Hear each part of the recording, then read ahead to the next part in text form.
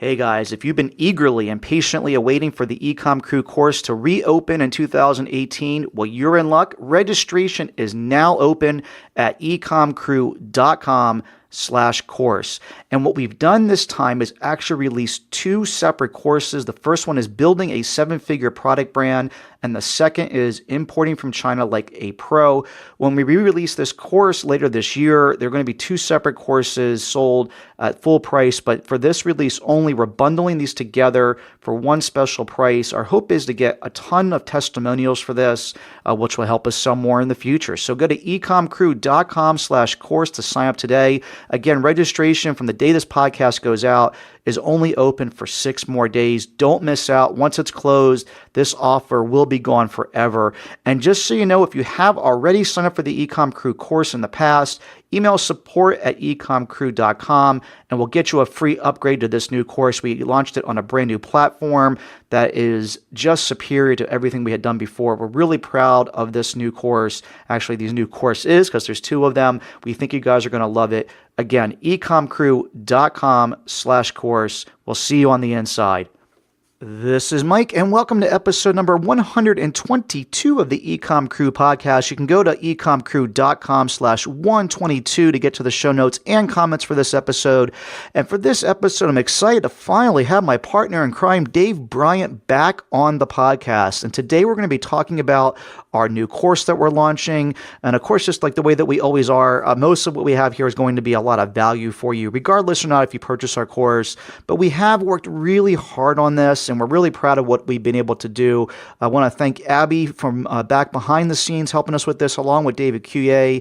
Both of them have been tremendous help. We wouldn't be able to do this without them. So go to ecomcrew.com/course to find out more. Today's episode is going to be focusing on what Dave and I have been doing the last 6 months or so, and what our strategy is in 2018.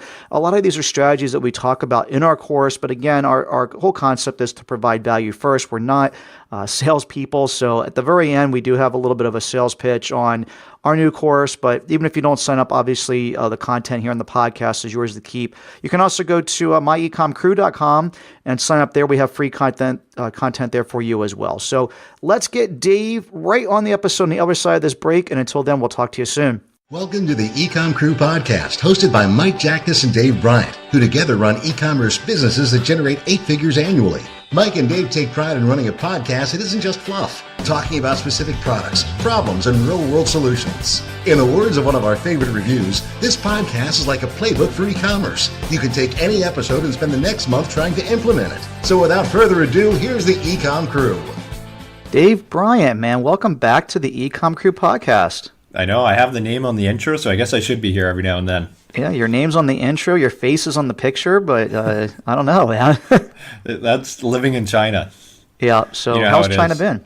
It's been great, actually. It's the weather's a lot better here than it is back in Vancouver. So Vancouver has 2 inches of snow right now, and it's 25 degrees Celsius here. So that part I can't complain about. The internet, though, I could ask for a little bit more.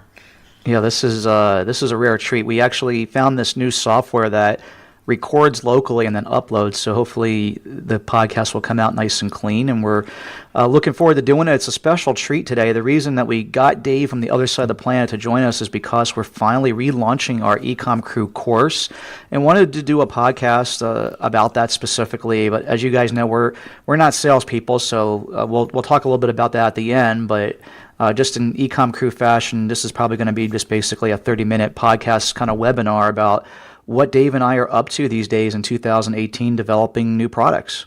Yep, and hopefully in this podcast we can kind of talk about our strategies that we go about developing products, both I guess at the end of last year and going forward in 2018, and hopefully people get a little bit of knowledge and advice for developing their own products.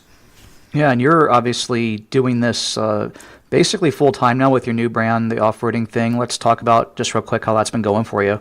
Yeah, so as people might know or not know, last year, or I guess in 2016 now, I sold my previous company. So in 2017, I started a new brand from scratch, basically focusing on the off-roading space. And I kind of set a goal to try to relaunch a brand to $1 million in revenue within a year. And a big part of my strategy was trying to develop around 50 new products within the year, because I really think it's kind of a numbers game trying to get to that $1 million mark. It's hard to do with one product, so you need to launch multiple products. So that's kind of where I've been at, is developing those products. And now that Chinese New Year is finally passed, basically all the products are now on a boat, and I think I have around 35 products that are ready to launch, that are either have been launched already or that will be launched sometime here in March. So is that kind of a part of your strategy, talking about like strategies in 2018, is the develop many products and hope a few stick as a strategy, or is it just that you basically know what you're doing at this point and you're just getting prolific about it?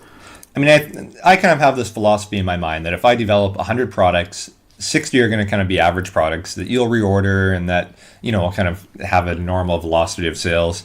20 will be absolute failures and that I'll never reorder, and, I'll just sell out of them either at a discounted price or some other means. And 20% of them will be home runs. And it seems that when you're developing products, you can think that a product's going to be a great hit and it just is a dud. And you can think that a product's going to be a great dud and it's a huge success. So it just seems to be a numbers game where if you have a big enough sample size, you're going to get some home runs, you're going to get some failures, and you're going to get some average products. So I don't want to put all my eggs in one basket and try to launch one product and find out that my estimations were wrong. So that's kind of my philosophy. We're trying to launch as many products as possible. Yeah, and it's ironic, we're on the same target to do 50 products this year as well. Yep. We did not collaborate coming up with that number. I'm actually shocked and impressed that you can hit a number like that on your own. But one of your other strategies, I know, just from when we recorded the course together, is to use few manufacturers, which is one thing that we haven't been lucky enough to find manufacturers that can make a whole line of products for us. We definitely try to get as many products made from one manufacturer as possible, but talk a little bit about how you found just a couple of manufacturers that can make tons of products for you. Yeah, I mean, I'm trying to find a manufacturer that can produce 5 to 10 different products.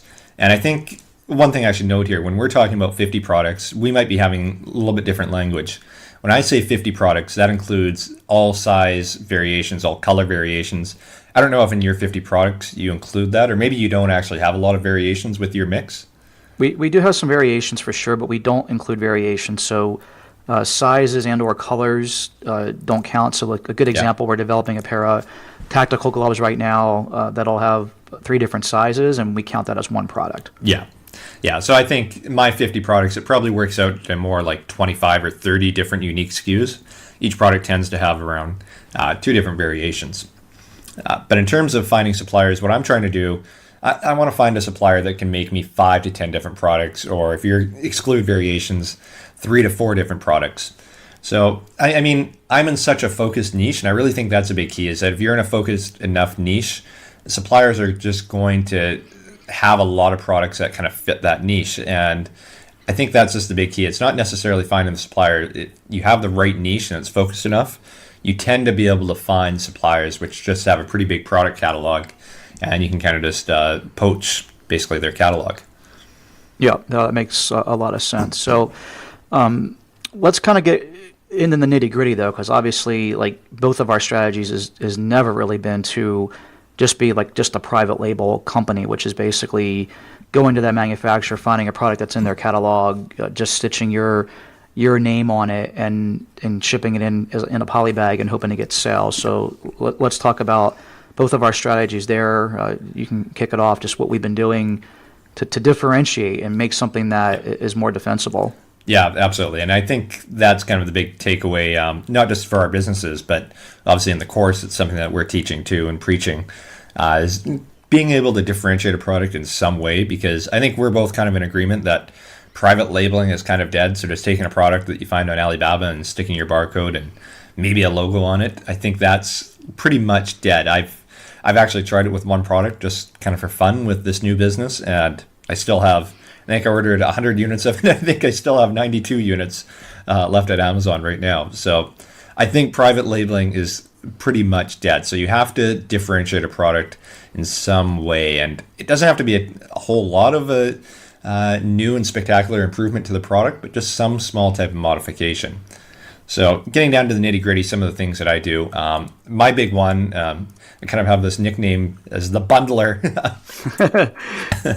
I try to bundle a lot of products together. So, you take, using the garlic press example, you take the garlic press and then you take like that garlic rub to get the peeling off, and you put it together, and you get big economies of scale there. The fact that, that garlic rub is probably only a few cents on the dollar, but it adds a lot of perceived value to customers. And you're going to get a fairly big percentage of an audience who looks at that garlic press and says, okay, well, I can either choose the garlic press on its own, or this guy for 50 cents more, I get the garlic rub.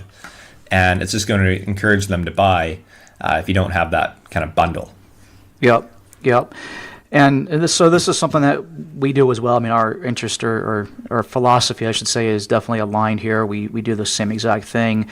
A good example for us would be our gel pens, where we bundle the pens, the refills, in a case, and there's more to it than just bundling. We'll talk about that here in just a few minutes. But when I was recording the course just recently, you had used some towing rope as an example, and the bundle that you had in the slides there was the rope and a bag, and making a little bit of a differentiation to it. We'll talk about that, like I said, in a second. But obviously, people that are looking for a tow rope or whatever, like, want to be able to put it in a bag and throw it in the back of their Jeep, and that's a great bundle right there.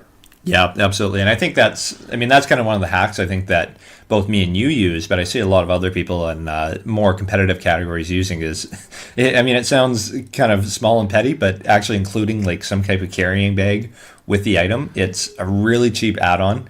And just including that carrying bag as an add-on, it both adds functional value, but it also looks really great in the Amazon marketing or your website marketing, just including that bag, because people are making decisions when they're buying kind of on a split decision. They're just, they're not reading every little bit of your product description and doing hours upon hours of reviews. They're mostly going by those photographs, trying to make a split decision. Okay, is product A better than product B? And if they see product A with, a couple of these little differentiators like a carrying bag, they're probably going to choose product A over the other product. Just, again, making that split-second decision and helping guide people on that. Go to your product, not somebody else's. Yep. And the other thing that we talk about a lot in the course as well is, besides the bundling stuff, is just small improvements. It doesn't need to be something that you necessarily patent or reinvent the wheel with. Kind of go over the different examples with the rope I was just mentioning, the tow rope. The example I had just recorded, it's fresh in my mind because I just recorded that slide. You had put on a different type of ending on it, and yes. It put some reinforcement on it, and then also had your logo on it. Like, kind of talk about the process that you did there for that. Yeah, so with the rope, and again, this kind of comes down to if you kind of have a basic overview of manufacturing in China, you kind of know what you can and you can't do with the product. And again, we go into more detail on this in the course, not to pump the course, but just if anybody is interested, we go into a lot more detail about that. But if you know what you can and you can't do with the product, then it makes kind of the possibilities that are available to you, it makes it more, just more prevalent. So I knew with a rope that a manufacturer can basically modify that rope and, in our case, dip it in basically this plastic. And so what they did is they simply dipped this rope in a plastic goo-like product, basically to make it resist tension and heat resistance, and just make it a stronger overall rope when people are towing. So just kind of having my background, I knew that was possible, and that was one of the easy hacks that I was able to do and really differentiate our products from all the other products that didn't have this plasticky goo on the end of the rope, which helped make it stronger. Yeah, I think that's really smart.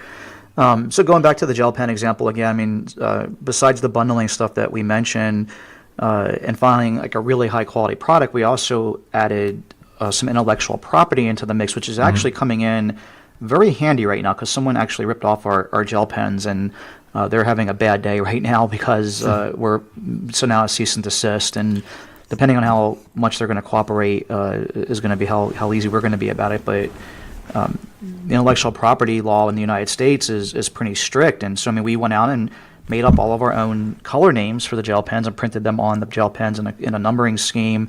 There is precedence with Crayola having a case where they won based on this exact thing, so we have a lot of things in our favor. And basically, this company that made counterfeit gel pens is going to have to stop, and so it helps us protect us as well.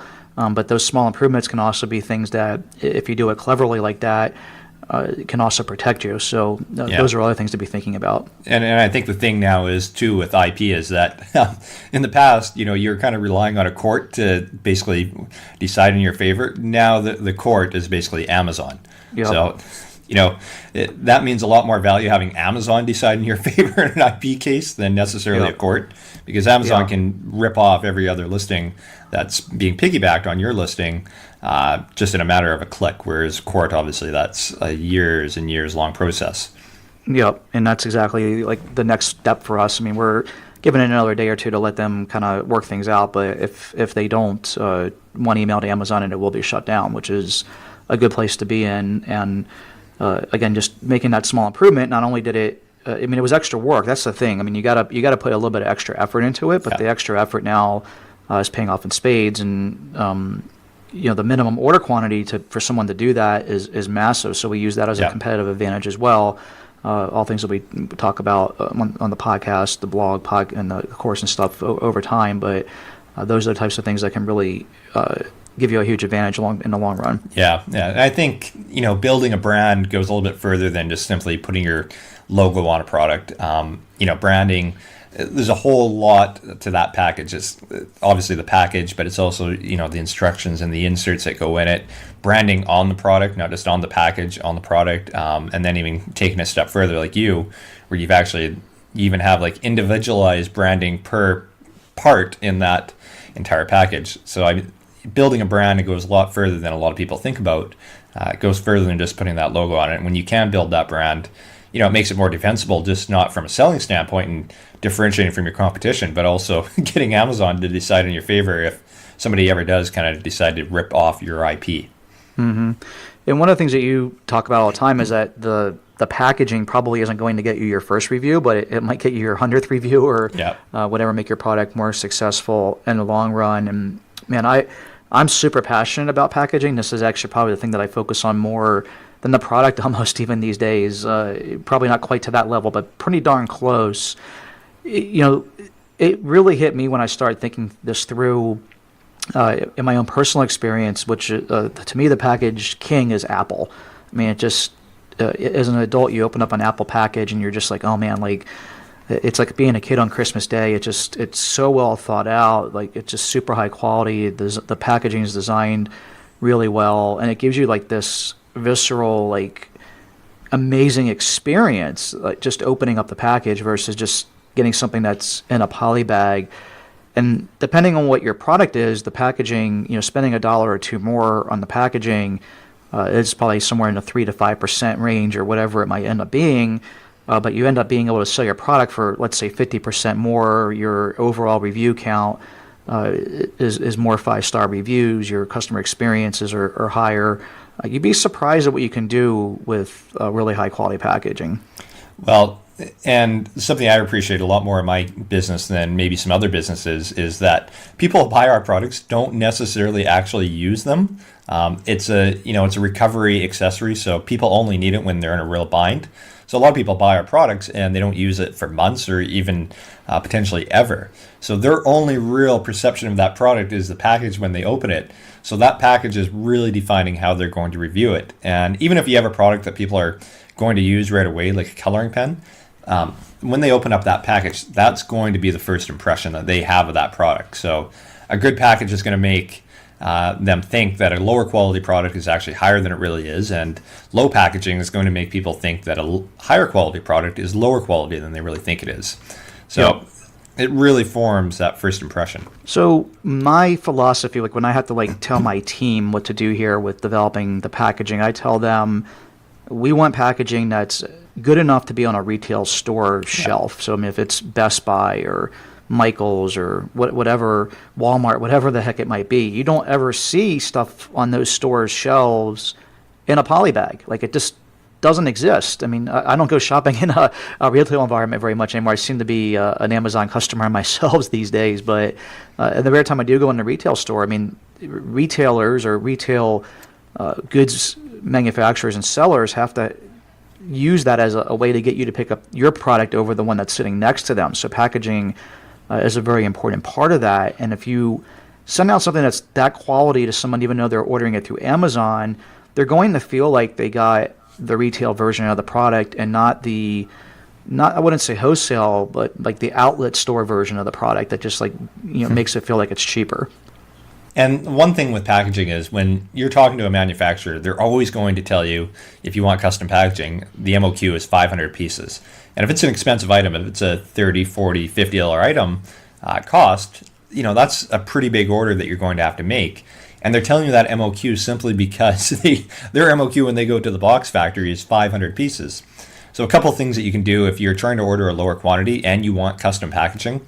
The first thing, actually, I do this all the time, is I kind of develop an agnostic box. So something that I can stick 4 or 5 different products in and kind of use the same packaging. And that way I can have 100 products of 5 different products all sharing that 500 custom boxes. The other thing I'll also do is I'll order 500 boxes and I'll tell my manufacturer, just keep the other 400 boxes and use 100 boxes right now for the 100 pieces that I'm going to order. And what that does is it really frees up my cash flow, because if I'm having to pay $50 per item, $50 per item times 400 additional units just to fill those boxes, that's $20,000. I would much rather even simply throw away the other 400 boxes, or even better, just keep them for the next order. Yeah, and almost every manufacturer is going to store boxes for you if you have a relationship with them. I mean, they're flat packed, obviously. They don't take up a whole lot of room. There's not a real negative to them doing that, and they feel like if you have the boxes there, you'll probably order again. Yep, absolutely. I mean, they're kind of hold the gold in that sense. They're happy to warehouse them for you because, as Mike mentioned, that probably means that you're going to reorder later down the road. Yeah. So we were kind of talking about off-roading, and obviously people know some of the brands that we have ourselves: Color, Ice Wraps, Wild Baby, Tactical. Why off-roading? Like, what made you pick that niche? How did you find that niche, and what's a good way for people to pick a niche? I mean, when I'm looking for a niche, I'm always trying to niche. You say niche. Tomato. Yeah, tomato, roof, rough. When I'm looking for a niche, I'm always looking for something that I can potentially develop at least 100 products and maybe even upwards of 500 products. Just because I know, if I want to make this a $10 million brand, it needs to have that width to support that many products. I'm not going to sell one rope for $10 million. I need to have a catalog of products.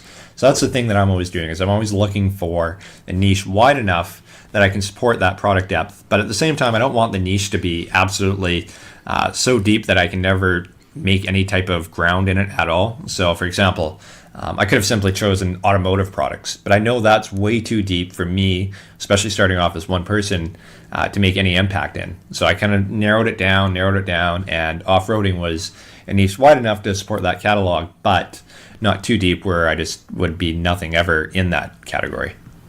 Yeah, no, I think that makes a lot of sense. And we learned this lesson with Color It. I mean, it's the one downside to that brand. I mean, we built a brand there that I'm really proud of. We continue to grow year over year, but we don't have 500 products that we can do with Color It, so it's definitely become a problem.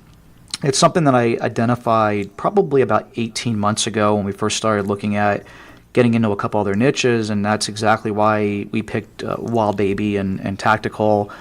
Both of those niches have basically a bottomless pit of products that we can develop that all work well together, which is really important.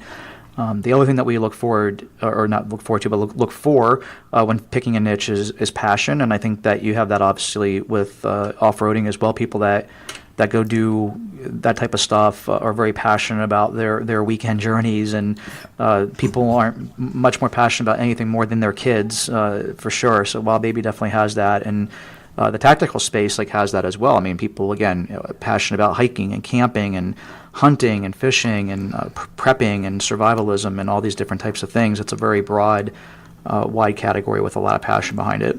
Yeah, and I think that's one of the big keys too. When people are developing a brand, you want to keep it kind of generic and ambiguous enough that you can pivot to a bigger space. So you obviously did that with Color It. You didn't call it adultcoloringpens.com or something. Mm-hmm. You made it pretty generic, so you can actually expand on that if you want into other aspects of the coloring niche, or not even coloring, just the artistic niche. That was one of the mistakes I made in my previous company.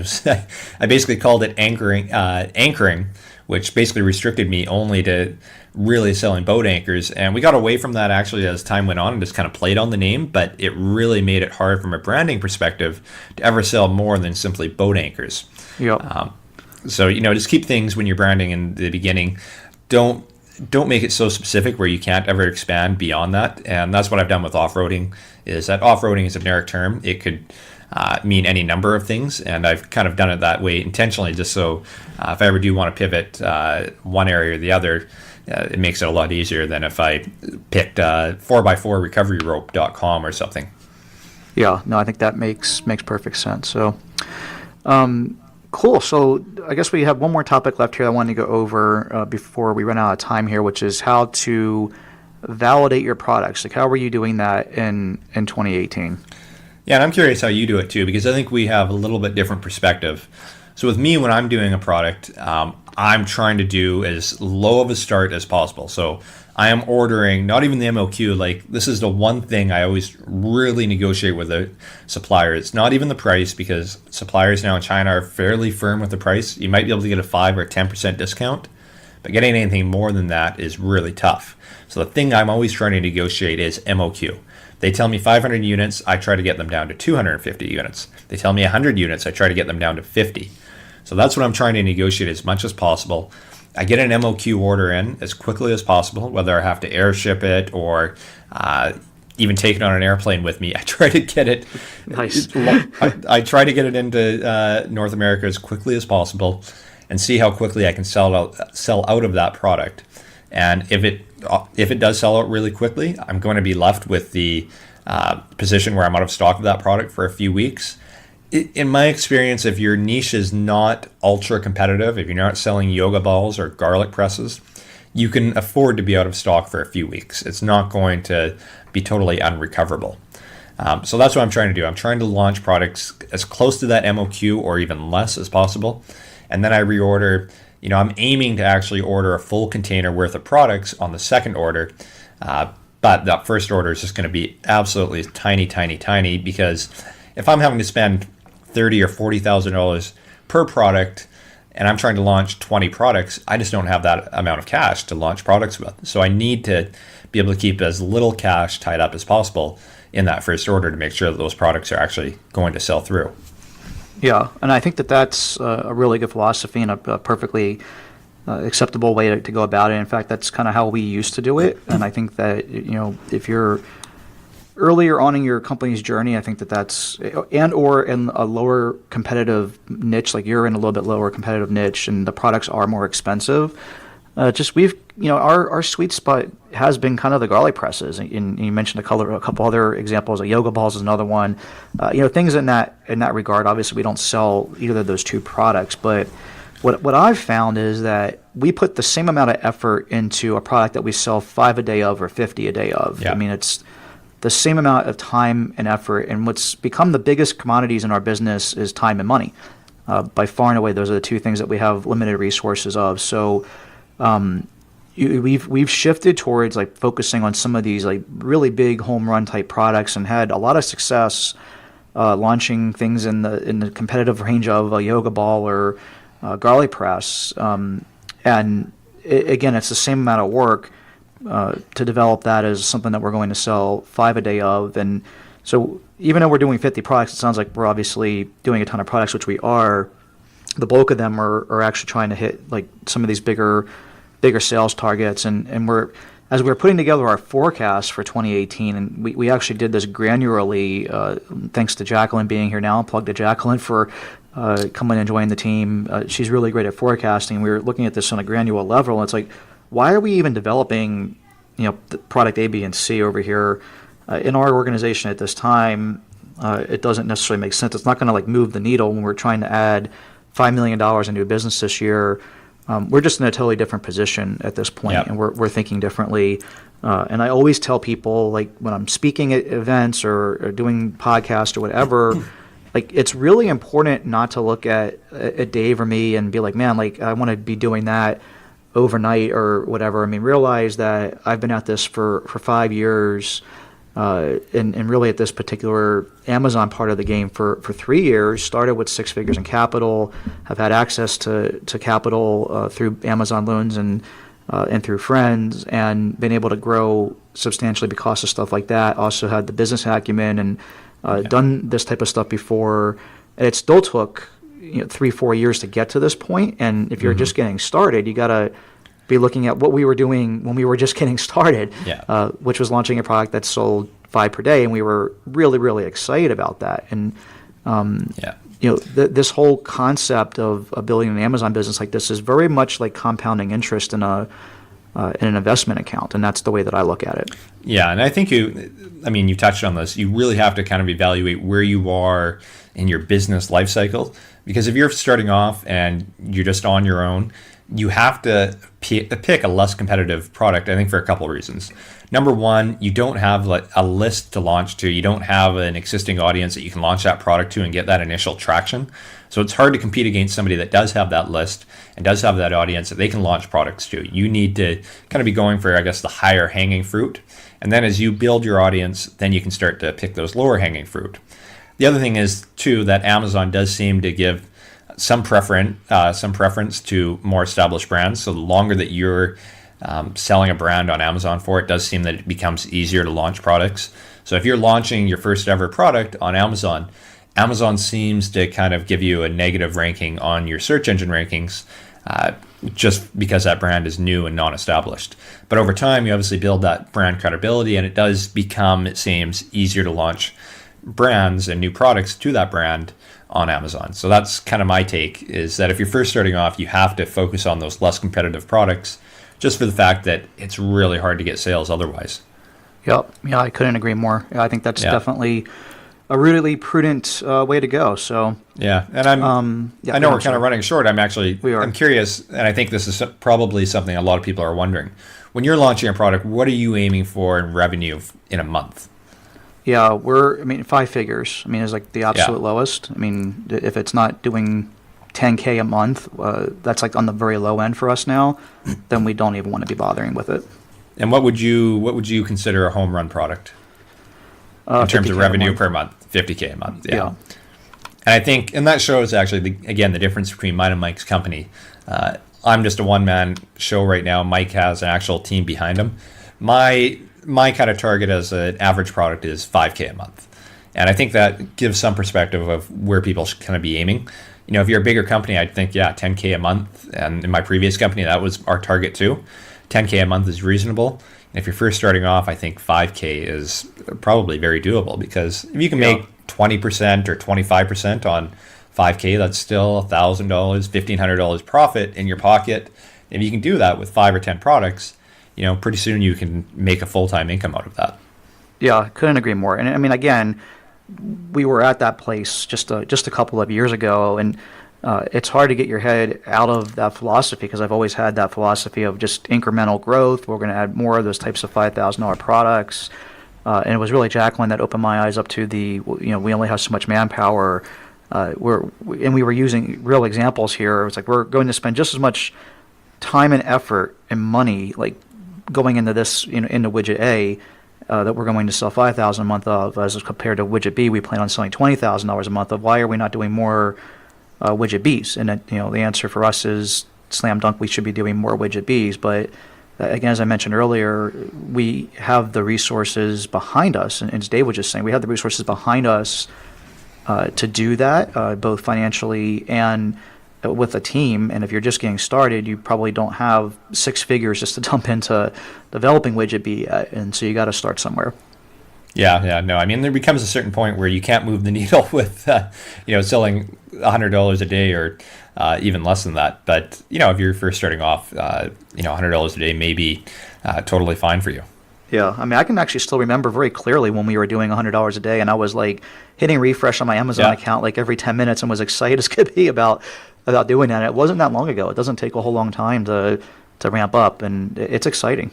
Oh, no, I totally remember too. In 2008, I was actually selling boat anchors through Craigslist, and every time I would sell $100, I would actually get $100 in cash, and it was nice. Like the best feeling ever, having that $100 to put in your pocket. And the good thing is that you never saw any Amazon fees come off that Craigslist transaction either, so It was actually $100 going in my pocket. You could buy a lot of Tim Hortons with that. You can, yeah. Nice. Well, we've come to the part of the podcast where we do want to just talk about our course a little bit. If you guys want to listen to us fumble through a sales pitch, keep it going. But if you don't want to hear about the course, just hit stop on the podcast at this point. We're not pushy sales guys, but we are excited and very proud of this course we put together. This is now our third relaunch of this. We have now switched platforms to Kajabi. We were using ClickFunnels, which we use ClickFunnels a lot in our business, and we really like ClickFunnels. But Kajabi is kind of the gold standard for training platforms. And when we launched the course the first couple of times, we sent a survey out, and the number one complaint we had was the platform. So we wanted to fix that. Dave, both behind the scenes, were really pushing for this. I don't know, Dave. For me, I look at what this looks like now compared to before, and it's just night and day. Yeah, absolutely. And like you mentioned, it's just from a usability perspective. Obviously, all the content is there, but just being able to navigate through lessons, find what you want, that is just so much easier than it was previously. And obviously, it looks great too now. Yeah. So if you're interested in the course, you can go to ecomcrew.com/course.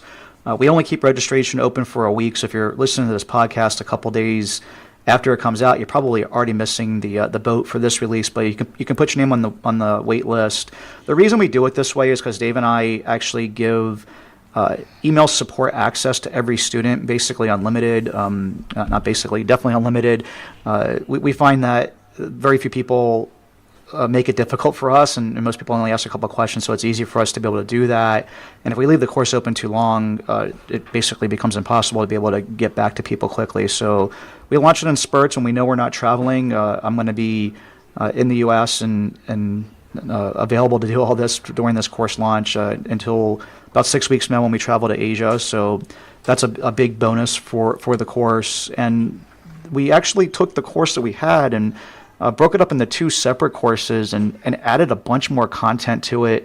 And what we're going to be doing for this particular release of the course is doing a bundle of buy one and get one free. So it's a really good deal. I'm just going to go real quickly over the highlights of the different modules, which are how to find a niche, how to find and differentiate products, how to keep your products profitable, how to validate your products, real-world examples of products and niches, 5 ways to easily differentiate techniques, step-by-step guide to developing 5-star products, and you also get a vetted, you can tell we record this live, a vetted vendors list that Dave and I have both been using for the last several years, which probably is worth the price of admission to the course alone. You actually get behind-the-scenes views of our brands. We show specific products, things that we've never talked about before on the podcast. You get downloadable course material. And then in the second course, which we're adding in as a free bonus, the secrets to getting low MOQs, which Dave was just talking about a little bit here on the podcast, how to ship your products cheaper and quicker than your competition, where to find suppliers outside of Alibaba, 5 negotiation hacks to get the lowest price, and a bunch more stuff. So any other comments to mention about the course, Dave? No, I think the big one too, actually. I don't think you've announced it on the podcast yet, but we're doing our first live event in Hong Kong during April as well. And if you buy the course, you get a free ticket to our live mastermind on April 21st, I think it is. Yep, and that'll be in Hong Kong, as you mentioned, probably in Kowloon or over in Hong Kong Island. So that'll be a full day of Dave and I talking about the stuff in person and get opportunity to ask us questions if you want to, lunch on us. All included if you purchase the course and want to come out to the mastermind. Yep, absolutely. And I think it'll be a lot of fun. So if you don't want the course, you can actually buy a ticket on its own from ecomcrew.com/events. And if you buy the course, you get the ticket for free. Cool. Awesome. Well, it's good to finally get you. We had to do something to get you back on the podcast. I know. Here I am. So I'll try to be on more often, though. I think I have this internet warp hole figured out. I know the exact position to put my cell phone and what times of day I can actually get reasonable internet. So hopefully people get to hear me more often.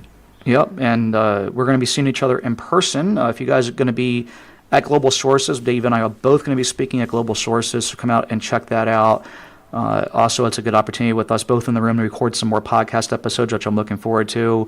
And then before you know it, you'll be back in North America, and we can probably get you on at least once a month for a couple months until you go back again. I'm craving getting back to North America. So, yep, a couple more months, and I'll be back home. Cool. Well, thanks for stopping by today, Dave, and hopefully the course launch will be fun and exciting for us, and we'll see how it goes. Yep, looking forward to it. Cool. Thanks, man. And that's a wrap. I want to thank Dave again for coming on the podcast schedule on a time at ridiculous o'clock a.m. over in China to accommodate my schedule. It was fun having him back on. I can't wait to see him again in person. We don't get to see each other enough. Going to be catching up in Hong Kong in mid-April, speaking at Global Sources together, and recording some more content for EcomCrew and going to the Canton Fair, hosting a mastermind over there, all kinds of really cool stuff. Can't wait to catch up with him again soon. Again, EcomCrew.com/122 to get to the show notes for this episode. Want to thank you guys so much for making it to this point in the episode. If you did, you've obviously listened to our sales pitch, and you can go to EcomCrew.com/course. We only talk about this stuff when we do have the course open for registration, which is only every now and then. So please forgive us every now and then for promoting a little bit, but that's kind of what this is all about. So we really appreciate the EcomCrew community. Want to thank you guys for listening. And until next week, happy selling, and we'll talk to you then. Thanks for listening to the EcomCrew podcast. Follow us on Facebook at facebook.com/EcomCrew for weekly live recordings of the EcomCrew podcast every Monday. And please do us a favor and leave an honest review on iTunes. It would really help us out. Again, thanks for listening. And until next week, happy selling.